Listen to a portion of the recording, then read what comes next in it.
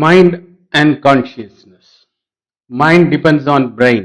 Without brains, we could not think or feel or imagine. Mind has no physical existence. It is the product of memories and emotions.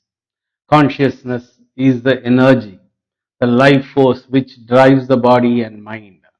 It shines the light on the mind. Mind has no light of its own. The consciousness is universal. It is the mind in the form of ego limits it to individuality. If you break the ego, then you understand the universal. How to reach this state of mind, to know mind or the universal consciousness. If you continue thinking likes and dislikes, prejudices, this is good, that is bad, then you cannot drop the mind because it is the mind which distinguishes, discriminates. It is the mind which divides, categorizes. All categories are of the mind. That is why Buddhists don't say that God is good and the devil is bad because both are of the mind. Both God and devil are of the mind. Both good and bad are of the mind. That is why Buddhists don't say choose between heaven and avoid hell because they say hell and heaven are both are of the mind.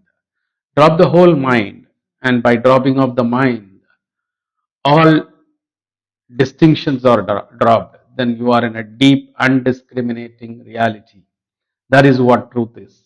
It is not God. It is not devil. It is not light. It is not darkness. It is beyond everything. This is told by Osho. Like wind, like clouds, like thunder and lightning, which arise from space without physical shape and reach the transcendent light in their own form. Those who rise above the body, consciousness, ascend to the transcendent light in their real form, the self. This is from Upanishads, translated by Eknath Easwaran.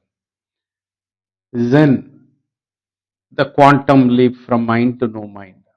This is from Osho's book. Haiku said, illusion obstructs the mind. How can illusion be got rid of? Ubaku said, creating illusion, getting rid of illusion, both these are illusion. For illusion has no root. It appears by reason and discrimination. If you do not think of contraries such as ordinary and superior, illusion ceases itself.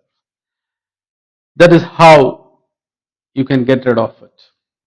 When there is not a hair's breadth, something to rely on, this is called giving away both hands and thus receiving Buddhahood. So there should be no distinctions. There is no duality. When there is no duality, then there is no mind.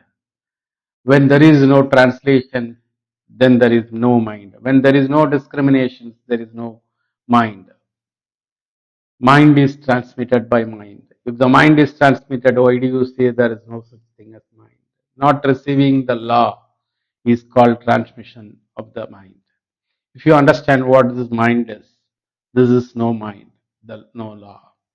Like you said, if there is no mind, no law, how can you talk about transmitting something? Baku said, when you hear me say transmission of mind, you think there being something to transmit. So a patriarch declared, when you realize the nature of mind, you speak of it as a wonderful mystery. Enlightenment is attainable. When attained, you do not describe it as something known. If I get you to understand this, do you think you could? So it is the mind which creates something. The ultimate meaning of this whole thing is, if there is something, then mind grasps it. When there is nothing to grasp. When there is no mind, there is nothing to grasp.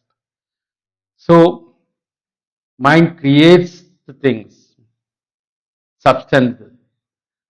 So when duality is there, when the opposites are there, the mind acts. When the duality vanishes, then there is no mind. Thank you.